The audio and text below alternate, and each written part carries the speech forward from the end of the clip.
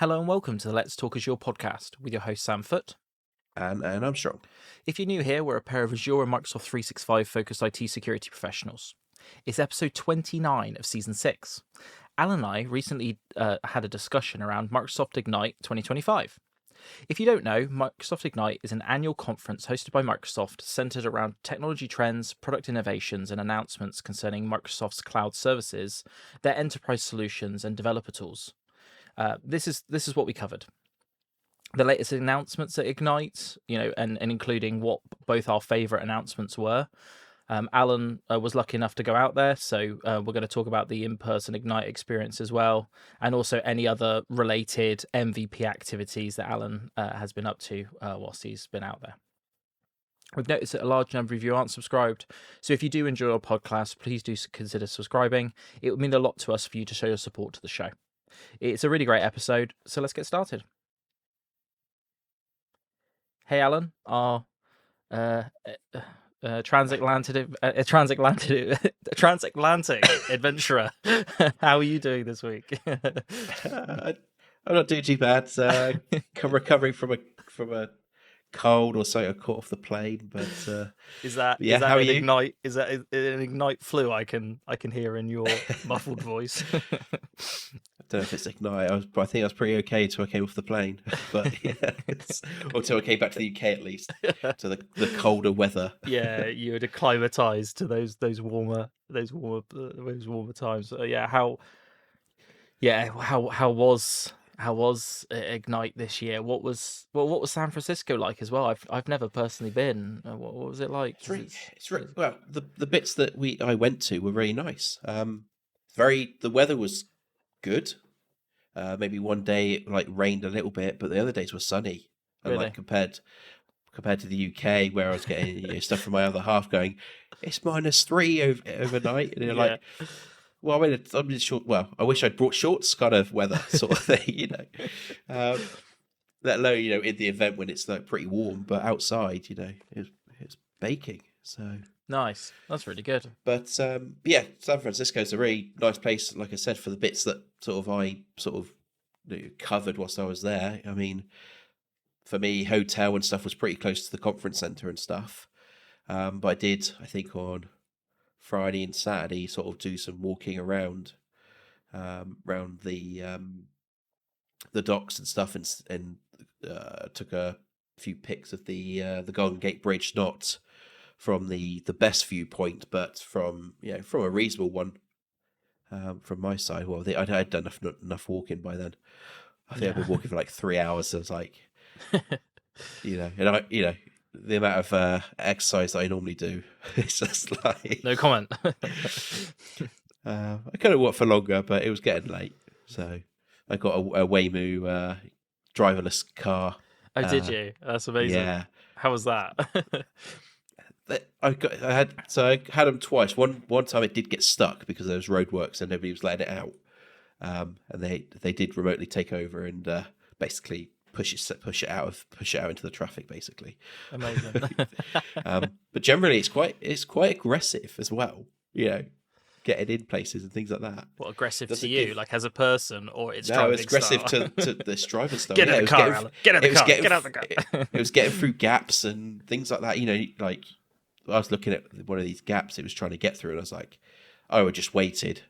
But it was like edging forward slowly, and then it just powered through, and I was like, oh, you're going to get through there? Well, I suppose this AI model is like it doesn't really care about peer pressure and Oh, amazing.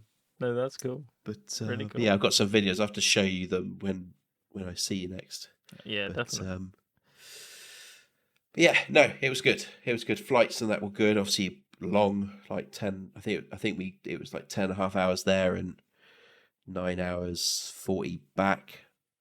Roughly. How was your first class experience? What was that like? What first class? No, it was all economy this time. I didn't get any. I didn't actually manage to win any or upbid any upgrades this time. Amazing. I did get get slum the it with the rest of us.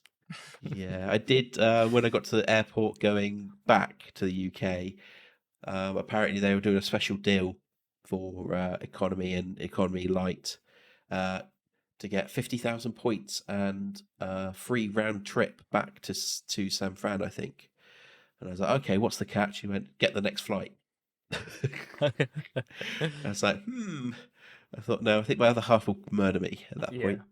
And plus, I'd be flying back on a Monday, so I wouldn't be able to go back to work. So, but Every cloud, Alan. Every yeah, cloud. I think I put me up in a hotel as well. It's all. Yeah. But nice. I guess they wanted to load balance the flights, or they overbooked. Yeah. But yeah. Nice.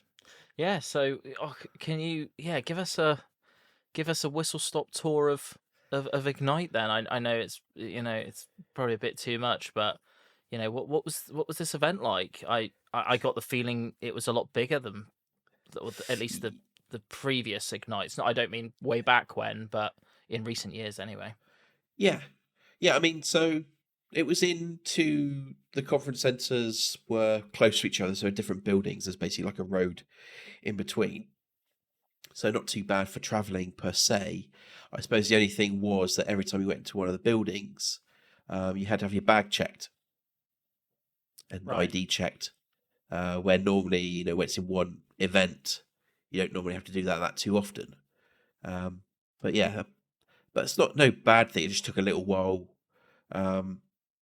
Obviously, with trying to transit between the two sites, if you're trying to get to another breakout session and things like that. But yeah, so you had in effect the West Building, which had all the sort of breakout rooms and everything, pretty much, and they were pretty. I think it was like 3 floors there, where you could go into those breakout rooms and have those smaller sessions, depending on the main technology and things like that. And then the other one, the north and south sort of conference areas. In effect, you went downstairs, and then basically the whole of downstairs was the hub, in effect, Right. which was massive, absolutely massive. Getting close to what I remember of Orlando sort of size, like hubs, the hub kind of thing. So yeah, you had that, and then we also had to go to I say had to, but we went to the Chase Center where we had the keynote in the massive NBA center, sports center thing. So, which was quite different than just a room with some screens in it. Yeah. So, but yeah, it was really good. It's really big. There was lots to do there. I obviously had my slots where I was on one of the stands for the afternoon of Tuesday and the Wednesday morning for like 3.5 hours. So I've got got a fair amount of like foot traffic there, and a lot of questions around sort of the bits that I was sort of covering, plus random stuff as well that for people I'd like briefly met, they came and found me and was like, where do I go to talk about Security Copilot and agents and stuff like that? And it's like, I'll give you a brief like dig into it, but then go over to that guy there because he's on the stand. Yeah. Where everyone's just stood around waiting for him to be free. So do you get like a topic that you're covering on those stands, like a product or something like that? So mine was Azure platform, networking, and key security.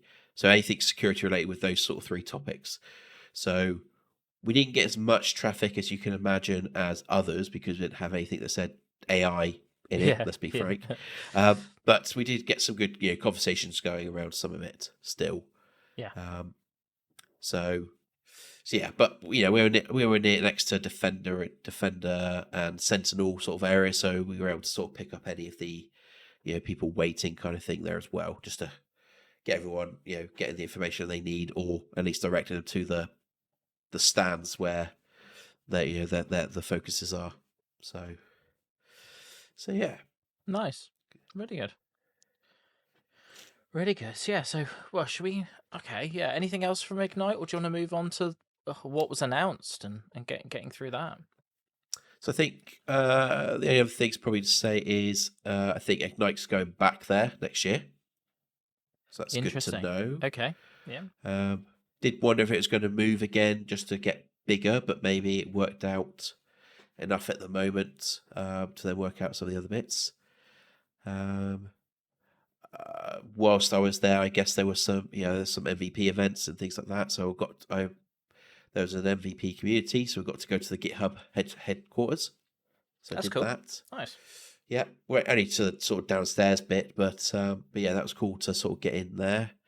There was a security MVP event with some swag, but yeah, there's a few sort of after parties in the evenings, not too far away from places, but yeah, it didn't seem as mad as last year.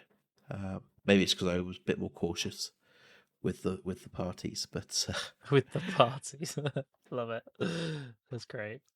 No, it is a lot, isn't it? After you've, traveled, time zone shift, and everything else, right? It's probably pretty intense. A few days.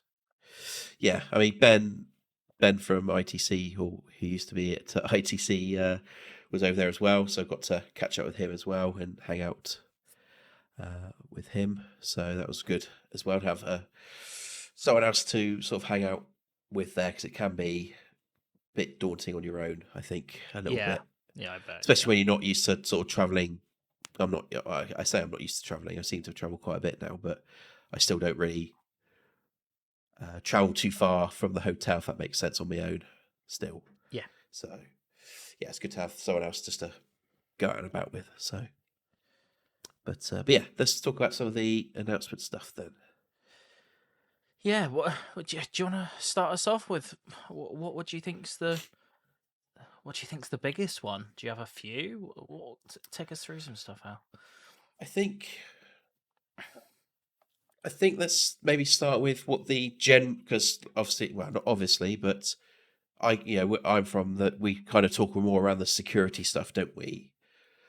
Let's talk about the more generic stuff. I think we need to talk about some of that anyway. But I think the difference from the keynote, we had the key things that, or the discussions at least, that adoption of AI, they were talking about it failing, which I thought was quite interesting. In that, they're seeing people to attempt to adopt it, they potentially do it the wrong way, or the tooling doesn't make sense to use. If that makes sense.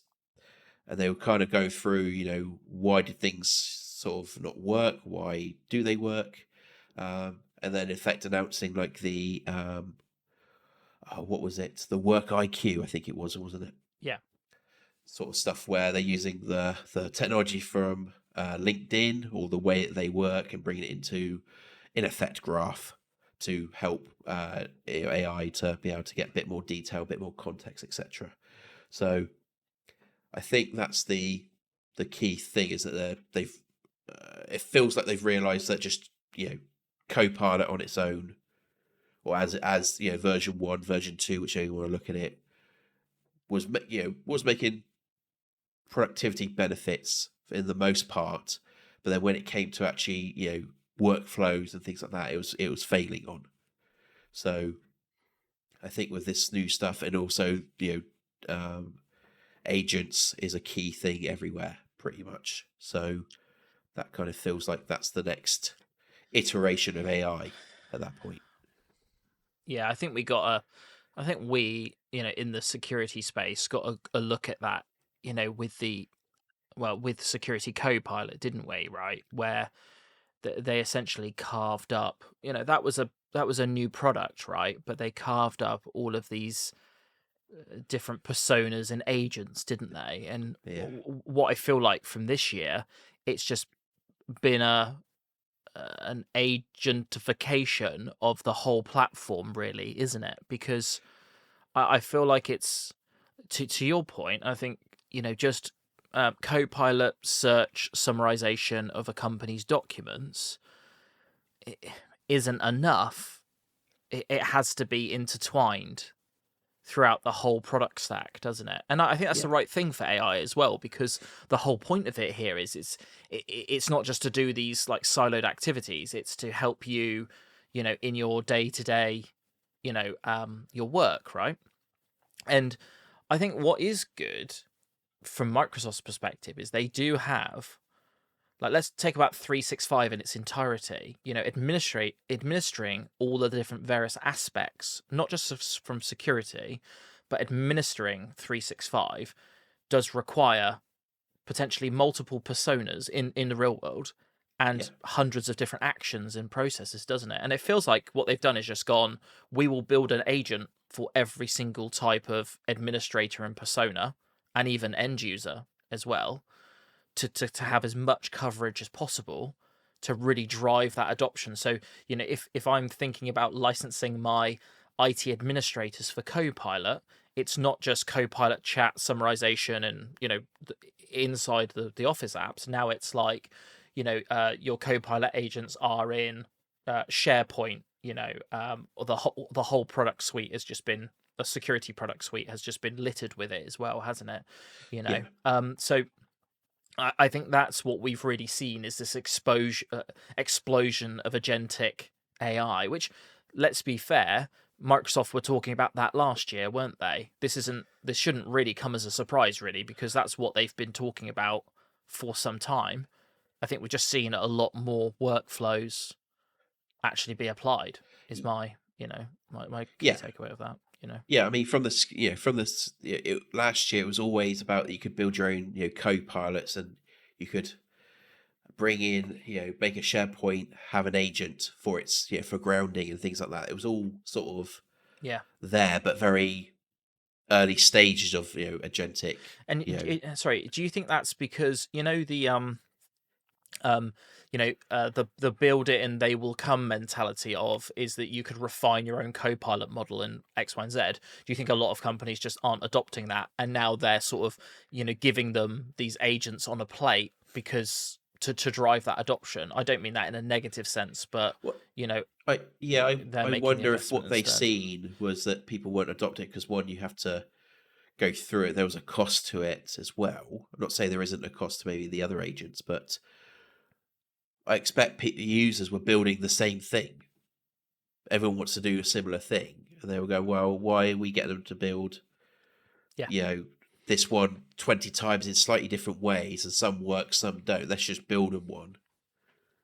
Or Well, let's and get the partner to do yeah, it and build one, and then and ultimately the way that I see it really is, it's just an improvement of user experience, isn't it?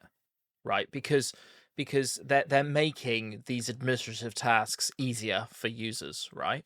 Yeah.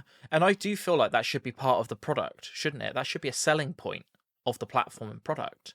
I don't think you should be saying to businesses, you should interact with the Graph API and integrate it with an MCP server and then build your own, refined model on top of that. It should just be part of Graph 365 portals, shouldn't it? And I think it's a really good step in the right direction. I mean, I do think it is a bit, the scale at which they've done it, I think, is quite impressive and daunting at the same time, because I do feel like I read through I read through the book of news on the day, and I thought it's like everywhere now, which I don't take that in a negative way. Just take that in a, these are all of the things. And I can't remember, somebody on LinkedIn was like, I hate the day that the book of news drops on Ignite Day, because it's all of the anxiety of all the things I've now got to secure, basically. Do you know what I mean? So I was like, it was like they dropped like an atom bomb like on us and just said, here, we told you wanted agents, and here they are. So and don't take that in a negative sense. I just mean the scale at which they've done it is insane. But going on that, what I think they did good though was they brought in like Agent 365, where you can see all of your agents, and agents are turning up into Defender XDR, so you can see them in there, and you've obviously got Entra ID agents to be able to see their authentication.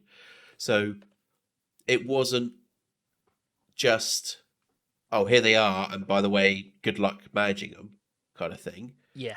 Well, managing them might be a questionable thing about how they go, but you can clearly see visibility of them straight away. They brought it out at the same time, at least. A question I saw was it's in preview at the moment. Do you think it's going to be a bolt on? Yeah, or Agent 365. Yeah, because it's currently part of the Frontier preview, isn't it? Yeah. It's a good Because if you think about, like, security licensing and observability licensing in 365 today, it is pay to win, isn't it? Right. So I can't see it being free. No. And the only other reason why I can't see it being free is because it's not just about Copilot 365, is it? We've got things like Copilot Studio. We've got It's everything. other third party like AI integrations as well. So yeah, the only thing I'd say is it's almost like your app registrations, isn't it? Though the ones that register into your tenant. So that is true. Yeah. But yeah, you could also almost say like they could be available, but Defender for Cloud Apps now has the app governance. Correct. That's I was just gonna rate. I was gonna use that exact example, but I didn't want to seem like I was being too facetious. But So I just saw somebody, because because you're paying to enable the functionality. You're causing that observability that you need, and then slapping a license on it. But I suppose that is no different than the E5 security and E5 compliance conversation anyway, really, is it? So but yeah, definitely. And so I do think you're right.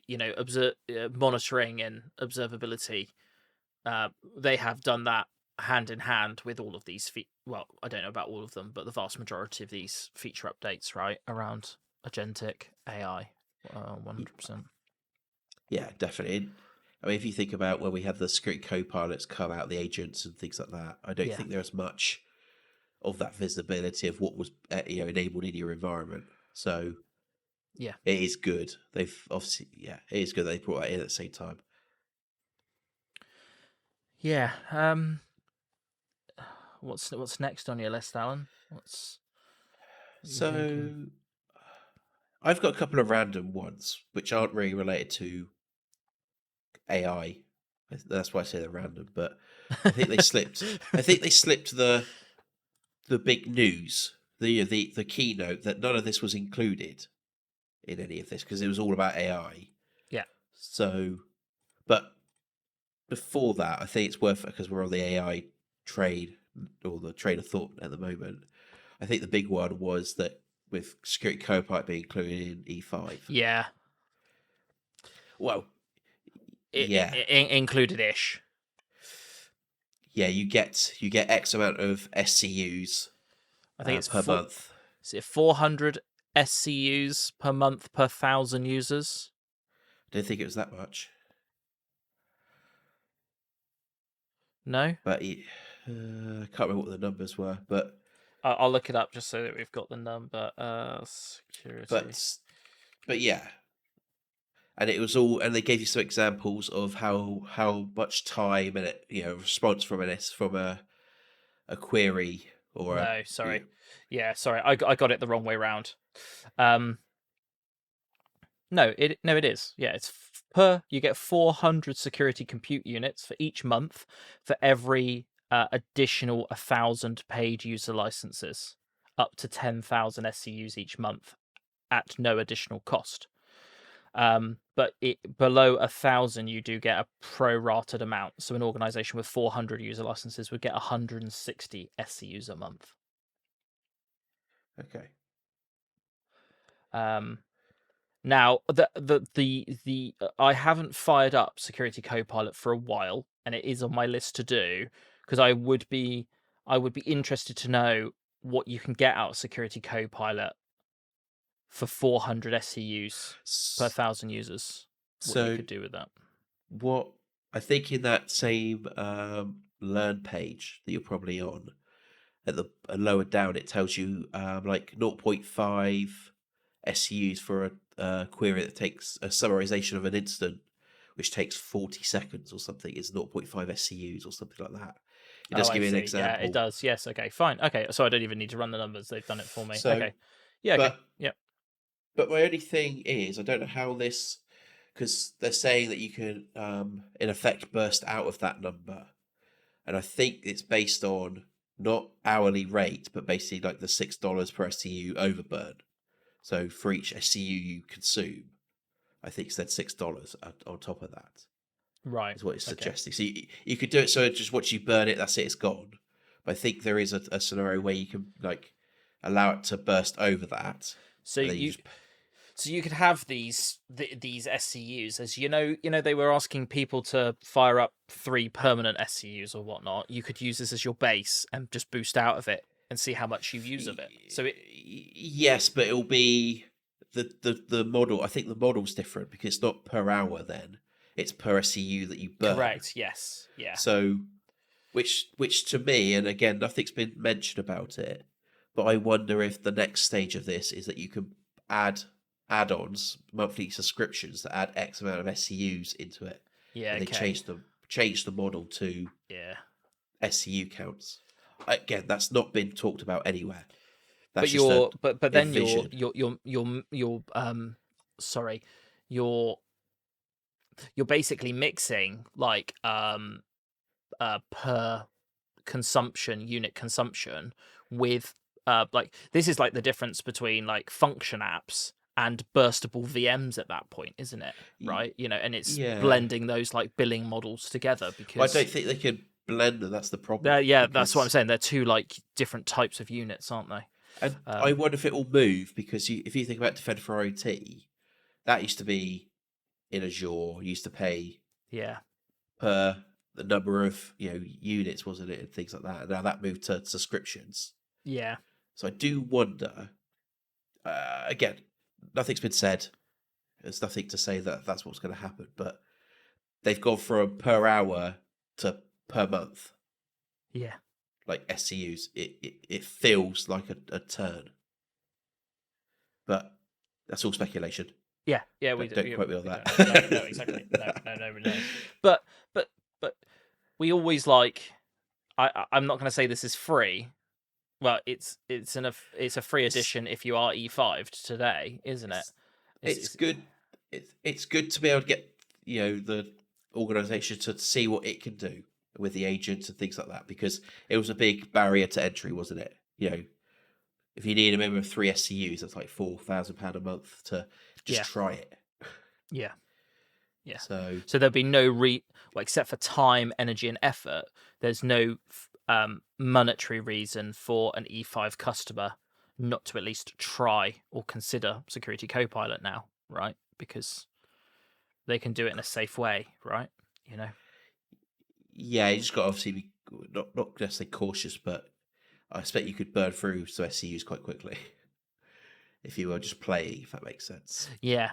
You still have to be a bit structured around it. Oh no, yeah, but I'm just thinking of customers that aren't getting them. Can't even look at it because of the price of exactly. Yeah. It's behind a door that they can't open at the moment, isn't it?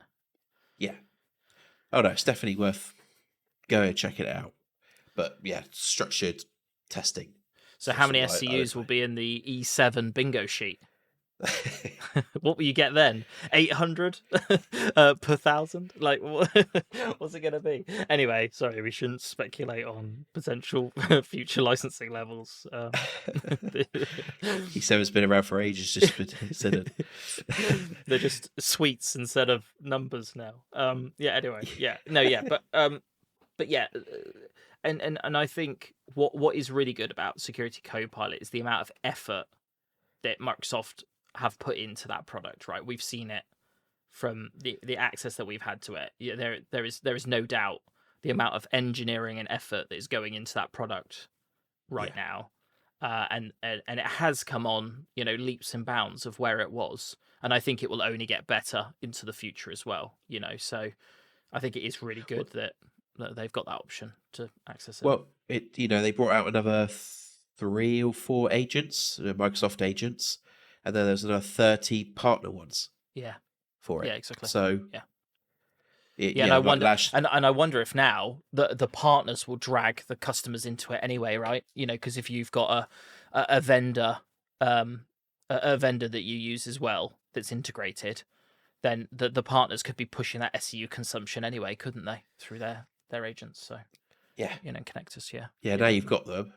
Yeah. Use my agent to help you Yeah. out. Yeah, If you don't want to log into our portal, just connect us into Security Copilot, and you can create alongside your data as well. yeah. Go on, you do one next because I might be choosing all the good ones. I don't know.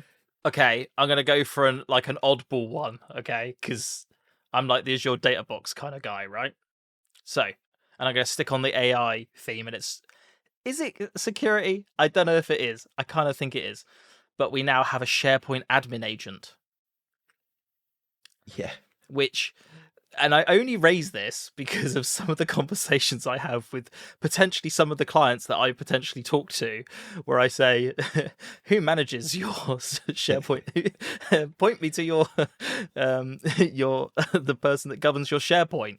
And everybody just faces me basically. So, and I saw that. So it does from the summary, it does look like it is. Looking at proactive governance, mainly targeted at Microsoft Copilot adoption, like usage as well, which is important. I did also see that there's some other SharePoint like functionality stuff about creating lists and pages in SharePoint Chat or something like that as well.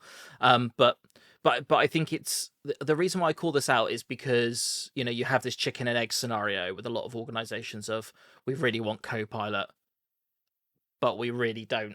We're really scared about our SharePoint governance and what we can and can't do. So I do also think because sometimes when I'm talking to organizations, that taking over SharePoint governance and administration can be a bit of a worry for those teams because the amount of work that may need to be done and what I call SharePoint debt that they might have to deal with. So I think that anything that they can do on that side, even with an agent, I think that could be quite cool to see. Yeah, that definitely makes sense. Yeah, and let me. Okay, what did you think about the Oh, let me get the exact name for it. The new security benchmark. Have you tried that yet? I haven't. No. Microsoft's baseline security mode.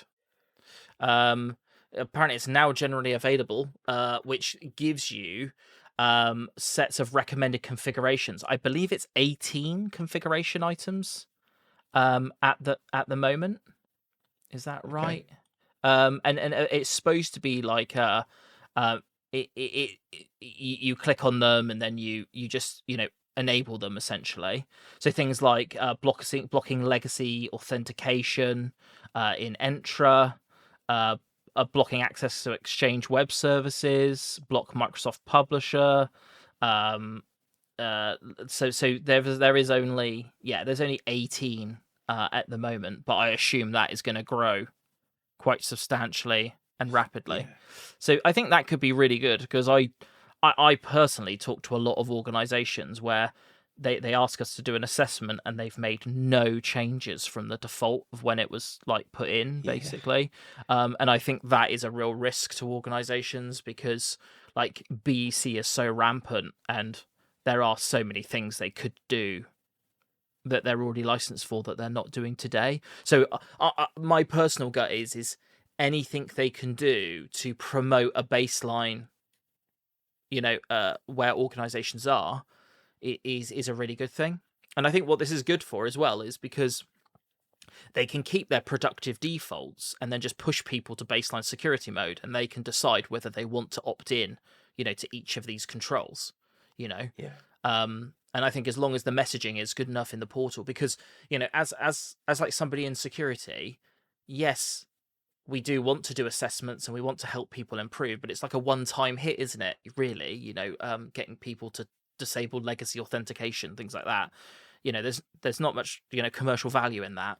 but there is from a risk and protection perspective, because they might not even know that they should block legacy authentication today, or they're Yeah. licensed to do it. So I think that's a really good place for them to begin with. I think it feels like it feels separate to Secure Score as well. It feels like its own new thing of you go in there and you're just making the remediations, at that point.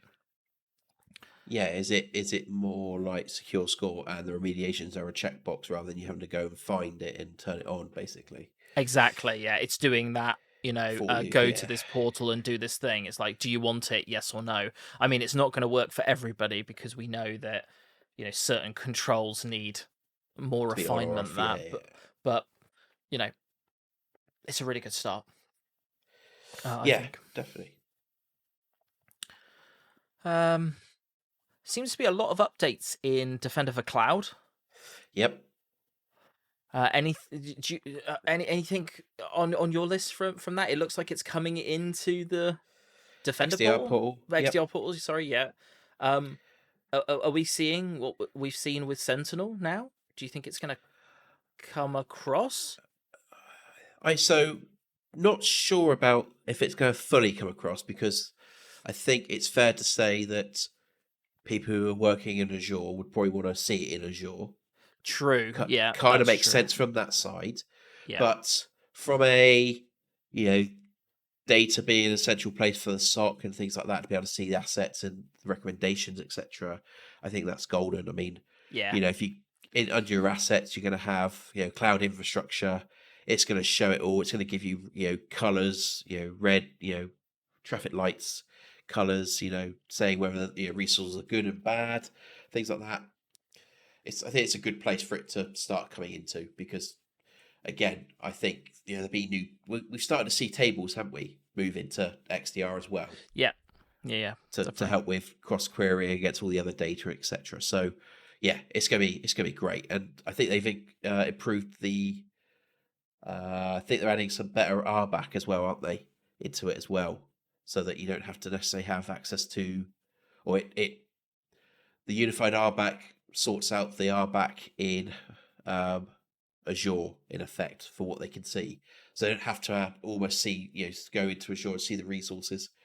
They just see it through the XDR portal, I think. Right. So you're going to be able to have unified RBAC to get visibility, but not the visibility that you would need in, because you're right. Defender for Cloud permissions are quite permissive, aren't they, on that side as well? Yeah. What it might be is the Defender XDR service has access to Defender for Cloud, and then it determines what you can see. Yeah. Maybe. Yeah. I'm guessing at that point. I've not looked into it, but that's how it probably might happen. But yeah, there was that. You obviously had the posture management for serverless resources as well. Yeah. So that was good. Yeah, just another defender to go in the group of defenders. Yeah, there's some GitHub stuff as well, so there GitHub protections, protected apps across the lifecycle. But yeah, I thought that was quite good. The other one that isn't Defender Cloud related, which was Microsoft Edge related. Edge for Business, you mean? Yeah. Edge for Business. Yeah. And the MAB capability. Yeah. Great. Yeah. Yeah. Really good. Clipboard controls in Edge for Business. Yes, please. Yeah, so you could do kind of this with Defender for Cloud apps, with the session control stuff. But they started bringing in the edge protection, didn't they, through MDA? But I think they've just kind of gone, actually, this is MAB. Let's just do it do it mobile application management way or app protection policy way to keep it all the same. So, but did I read it's selective per application as well? Because I'm sure I read somewhere that you could basically put. I'm on the thing now. Yeah, protected clipboard in Edge for Business will enable admins to define trusted boundaries across managed web apps. Yeah. So data inside the boundary can't be pasted outside. So that seems like it's like URL filtered as well. So you copy it into your Salesforce and into your Office 365, but you could copy it out into Dropbox or Correct. Yeah, to exactly. OneNote or Yeah. to So that's like, yeah, that's it's gonna on make steroids. like yeah, endpoint. Well, yeah, that's gonna cover DLP scenarios quite nicely as well. If you enforce Yeah, well, use of I Edge, think I read as well. It's also baked into the DLP. The Okay. DLP Yeah. policies will take place on Edge as well. So yeah, it will Oh, yeah. be. Once turned on, the overlay will appear on sensitive files and sites based on sensitivity labels or data loss prevention policies. Oh, sweet. Okay. Yeah, amazing.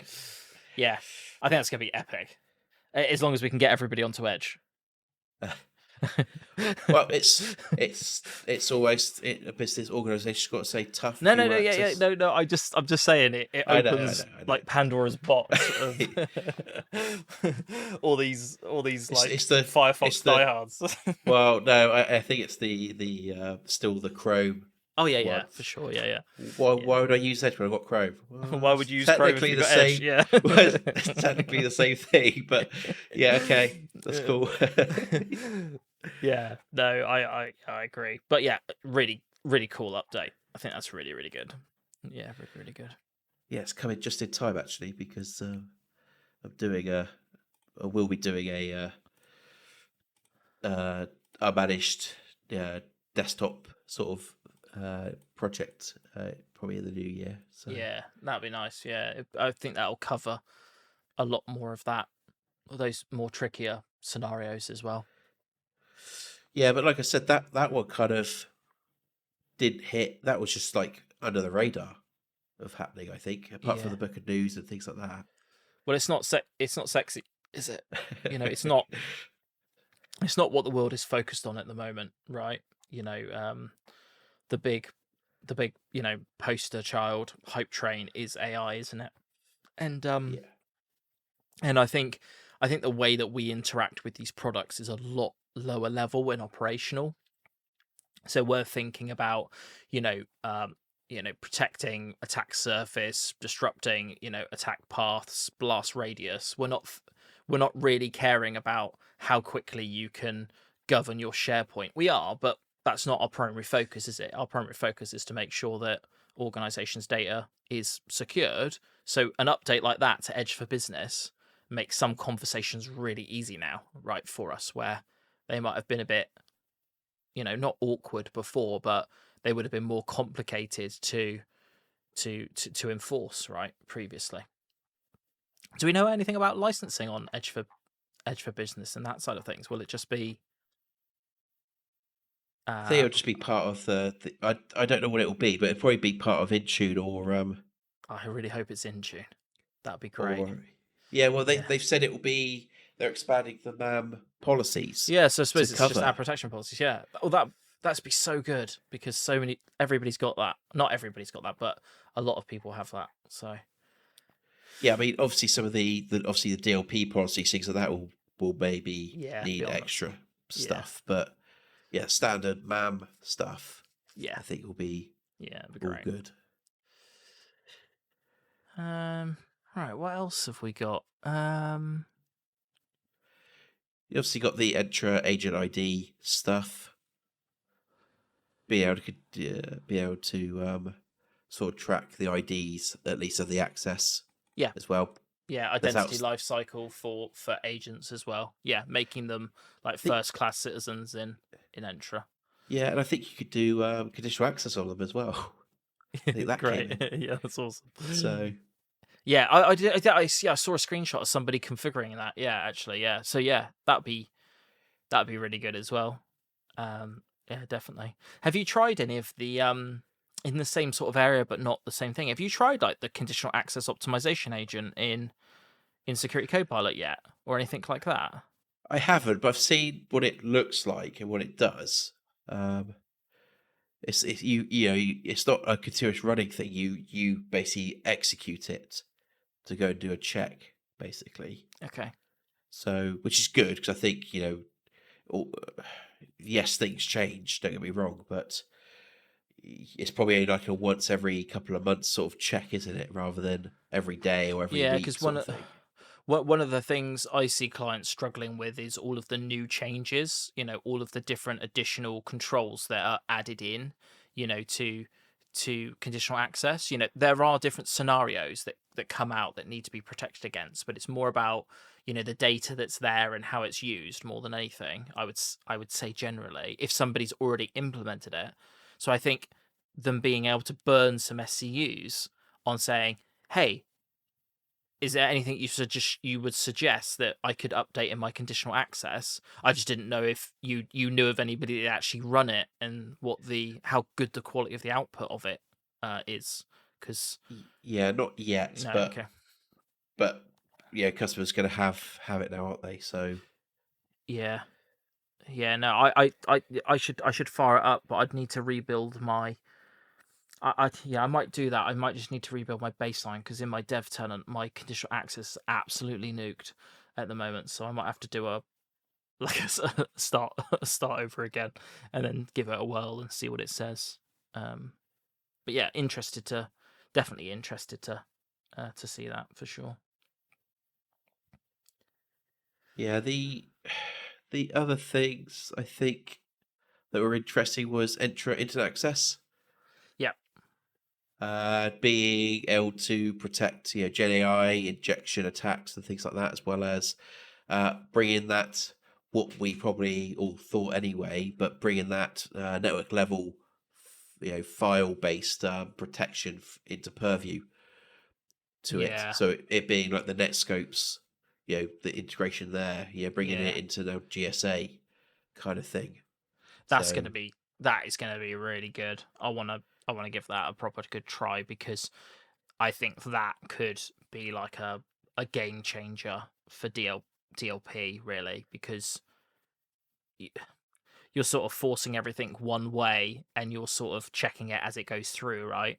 And that there's a lot of boxes checked with that if somebody's licensed for it, right? Yeah, exactly. So Yeah, really because at the good. moment as well, the things like Netscope are, and again, I've not checked what this is, but because it's third party, that it's pay as you go for the logs. I would assume this would be air quotes included because it's Microsoft. Yeah. So that will be interesting itself. I think the other Entra sort of related stuff is like the synchronization of passkeys as Yeah. well. So Yeah. Apple, Google, and third parties like 1Password, things like that. Yeah.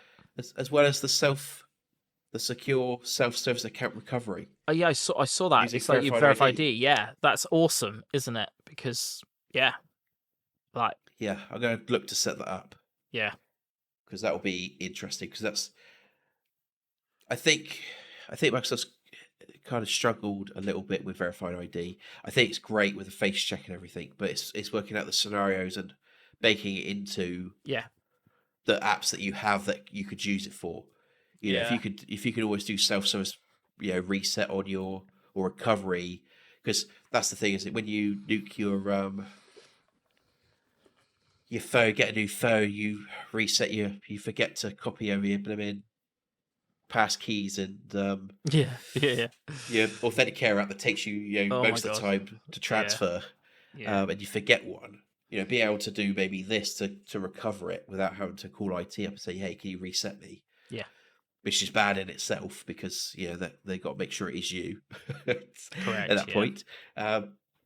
So yeah, I definitely want to look at that. yeah. We see that in so many like threat actor campaigns of them.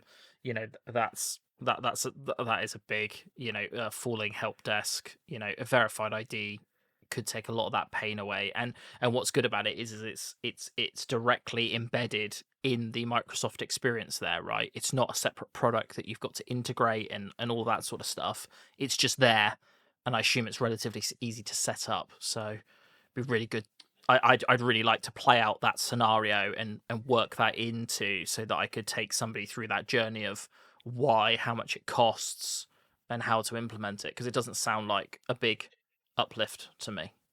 No, I mean I've set up verified ID, and I've got like on my test tenant, and like set up in my app and stuff. It's great, but then I don't know what to use it for. Like, Yeah, and there you go. You got a scenario, haven't you? Yeah, exactly. Yeah, yeah. No, that's cool. That's really good. Cool. Anything else? Do you see the stuff about Defender additional capability? No. Proactive shielding. No. Component of automatically attack disruption. So is in effect predicting. Oh, yes. Okay. Yeah. Predicting where it thinks that someone might attack from. Yeah. Yeah, I did see that. Yeah. That's really cool. Yeah, so definitely. protecting about group policy, object changes, and disabling safe boot and things like that, as well as attack disruption in AWS, Proofpoint, and Okta. So that's an interesting one as well. And then I think there's a threat hunting agent to help you with your how you want to query the data, which I think's going to be great. Yeah, anything that can help, analysts, trawl through data and get insights is definitely no bad thing, is it? No, definitely. Yeah, I would like to try some of the security Copilot agents that are linked into Intune. Change review agent, policy configuration agent. It'd be really interesting to see some of what that comes up with, and how brutally honest it is as well. It'll be good to see like how mature those products are, because when you there can be a lot of configuration complexity when it comes to layering of policies and everything, so it'll be interesting to see how detailed it is in its assessment. It can take a lot of manual time to make sure that's all set up correctly. Yeah. What about Purview? You see the stuff in that? I know we talked about bits of Purview in different products. Yeah, I saw that they're going to get an agent inventory as well, aren't they, on the data security posture management side? Yeah, but also data security posture management is not just for AI. It starts looking at the whole of your environment and starts to tell you where risks are. Right, so it's okay, interesting. A better reporting as well about what you're labeling and things. Well, it like is that called data security posture management, isn't it? It's not called like AI data security posture. It was called DPSM for AI. Yeah, okay. So now they've gone, well, there's one for AI, but now actually it makes sense to do it for. So they were like, well, Purview is kind of like Defender for Cloud. And Defender for Cloud is a group of solutions. So maybe we should take our learnings from Defender for Cloud and call it a DSPM. That kind of makes sense, doesn't it? And then everyone's like, derp, I don't know if we're making it more complicated or not. But you say that though, but Defender for Cloud apps has SSPM. Oh yeah, okay. SaaS security posture management.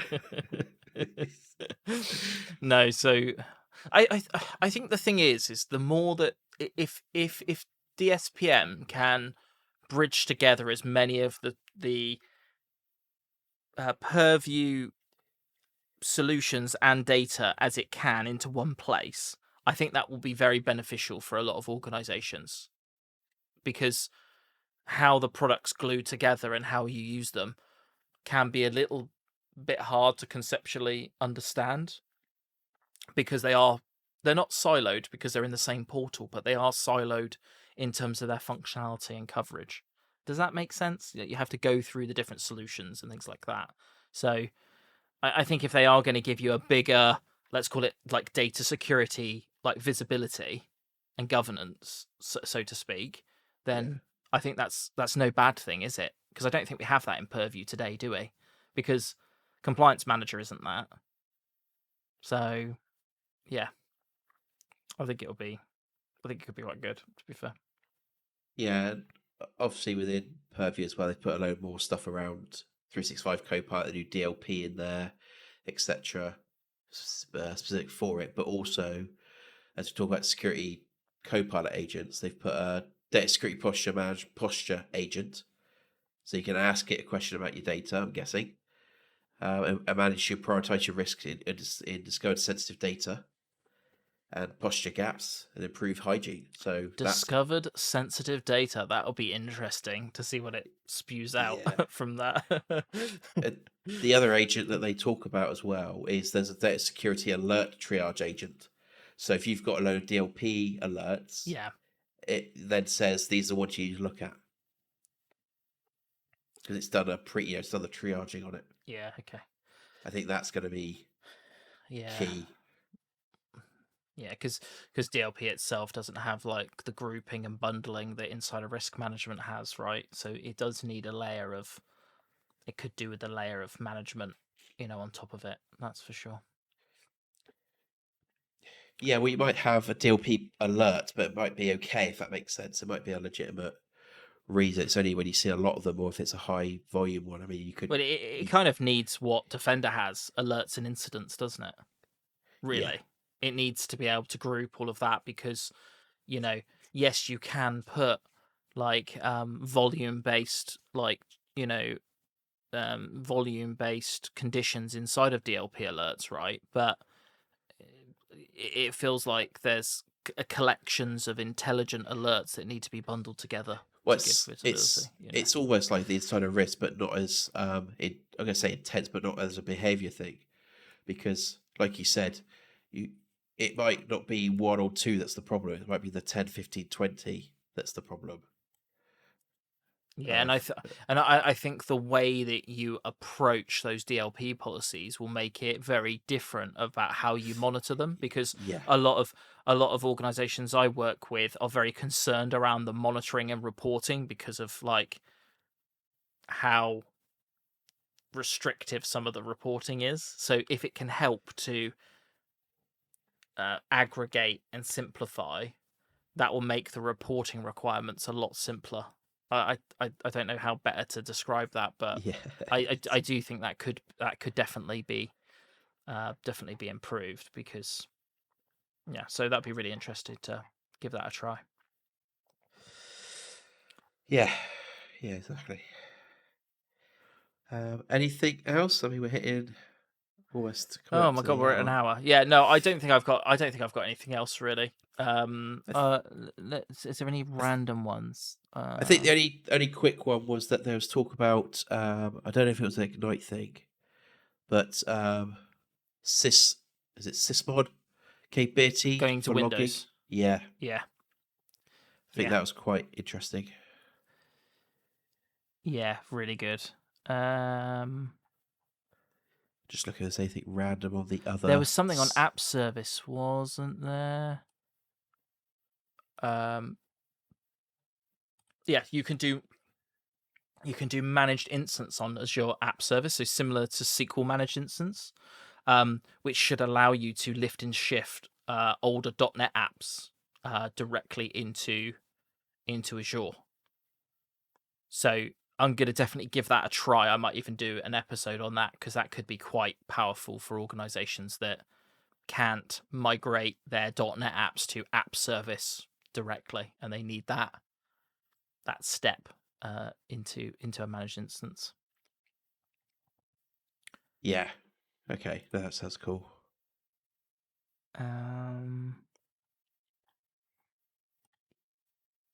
Yeah, I don't think I've got anything. It's all just agents.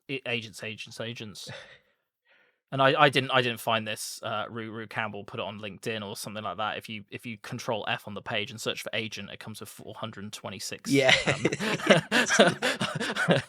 items. I was like, well, that's the podcast episode done then. So yeah, interesting. But you can't criticize Microsoft for the amount of engineering effort that it's putting in. Because lots of updates, maybe not as many as I don't know. I think we from the security side, I think we've got a few really good, clear wins there. It's just there's a lot of engineering focus on AI now, isn't there, and productivity. Yeah, well, it's like we said, it's moving into the actual workflow of an organization now. Yeah, 100%. Being able to do something for you, that kind of thing, rather than just be like you said, the light touch summarization, support you with a document kind of thing. And if you think about that, that is a if that is actual product improvement, isn't it? from them, because they haven't changed any of the SKUs or anything like that, have they? Right. So Nope. you're either going to be need to be licensed for Copilot, or you're going to need to be licensed for Security Copilot, aren't you? Right. To take to take advantage of any combination of these agents in various different forms, right? But that is you have got more value as part of those. They didn't jack the price of an SCU, did they? They actually gave some of them away. I don't really want to call it free, but it is extra, included in your license at no additional cost. And they haven't jacked the price of Copilot. Actually, they reduced the price of Copilot, didn't they, for business customers? Aren't they getting a cheaper Copilot? Is that right? Did I dream that? For 365 Copilot, yeah, there's a business version, isn't there? There's now a business version that's slightly cheaper. Yeah, so that's also cool as well, because we've seen that Microsoft are adding, what's it called? It's not called E5 security anymore, is it? It's called it's called Defender Suite. The Defender Suite and the Purview Suite. Yeah. Is that right? Yeah, Yep. The Defender Suite and the Purview Suite, and you can apply them to Business Premium, can't you? Yep. So even though like Business Premium was kind of like, I don't know, lightweight E5 but not with everything, now you can bump it with that, and now you can add Copilot to it at a cheaper rate, up to your 300 user seat license. Yeah. So actually, smaller businesses, yes, they've still got to pay. That kind of sucks, but they are products and you would pay vendors for that anyway. At least they've got the opportunity to do it without upgrading to enterprise licensing, right? So that's a win, isn't it? That's more flexibility, and it's opt-in if you want it.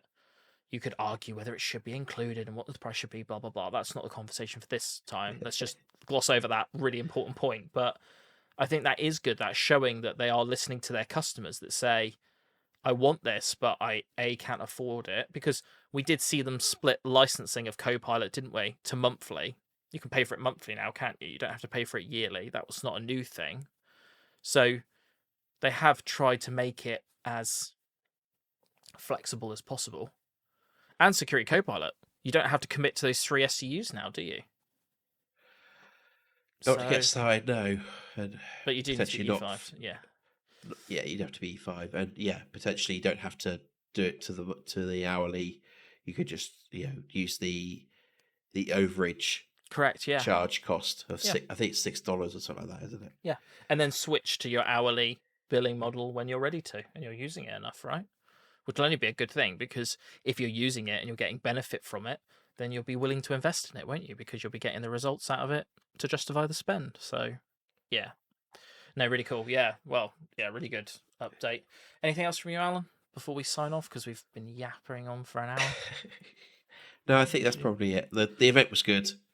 It's worth going to. Good to catch up with a few old friends and things like that. So for the Microsoft team, we'll definitely go, or attempt to go next year again as well. But there's been loads of good announcements. Yeah, well done to Microsoft, and well done to everybody that attended and supported the event as well. It sounds like it was a real good laugh and time. Thanks, Alan. Cool. Pretty good. So, did you enjoy this episode? If so, please do consider leaving us a review on Apple, Spotify, or YouTube. If you have any feedback or suggestions for our episodes, we have a link in our show notes to get in contact with us. Yeah, and if you've made it this far, thanks ever so much for listening. And we'll catch you all on the next one. Thanks. Yeah, thanks all.